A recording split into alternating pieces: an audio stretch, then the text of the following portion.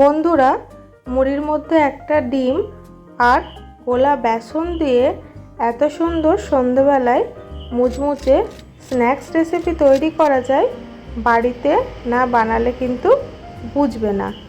নমস্কার, আমি নন্দিতা। আমার চ্যানেল হটপটে তোমাদের সকলকে স্বাগত জানাচ্ছি। রেসিপিটা তৈরি করার জন্য আমি এখানে নিয়ে নিয়েছি বড় বাটির 1 বাটি মুড়ি, দিয়ে দিচ্ছি একটা পেঁয়াজ কুচি, দিয়ে দিলাম লঙ্কা কুচি, আর এখানে 4 চামচের মতো বেসন, অল্প করে একটু দিয়ে দিচ্ছি কালো জিরে, জল দিয়ে একটা থিকনেস টাইপের ব্যাটার রেডি করে নিচ্ছি। মুড়ির মধ্যে দিয়ে দিলাম একটা ডিম, দিয়ে দিচ্ছি বেসনের গোলাটা, আর এখানে লাগছে 1 প্যাকেট ম্যাগি মশলা। তোমাদের কাছে ম্যাগি মশলা যদি না থেকে থাকে অবশ্যই এখানে গরম মশলাও ব্যবহার করতে পারো। সব উপকরণ খুব ভালো করে মিশিয়ে নিয়ে 10 মিনিট রেস্টে রেখে দেবো। আর দেখো 10 মিনিট পরে কতটা মুড়িটা চুপসে গিয়ে অল্প পরিমাণে হয়ে গেছে। এরপরে আমি এইভাবে পকোড়ার আকারে শেপ দিয়ে নিচ্ছি। তোমরা তোমাদের ইচ্ছা মতো এটা শেপ দিয়ে নিতে পারো। আমি এখানে এরকম গোল গোল চ্যাপ্টা করে পকোড়ার আকারে শেপ দিয়ে নিয়েছি। সব পকোড়াগুলো আমি এখানে রেডি করে নিয়েছি। এরপরে পকোড়াগুলো ভাজার জন্য কড়াইতে দিয়ে দিয়েছি তেল।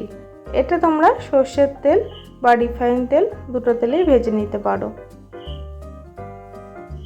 পকোড়াগুলোকে একে একে ছেড়ে দিচ্ছি তেল গরম হওয়ার পরে। আমার এখানে মোটামুটি 10টা মতো পকোড়া হয়েছে। তোমাদের ফ্যামিলি মেম্বার অনুসারে তোমরা মুড়ির পরিমাণটা কমিয়ে বাড়িয়ে নিতে পারো।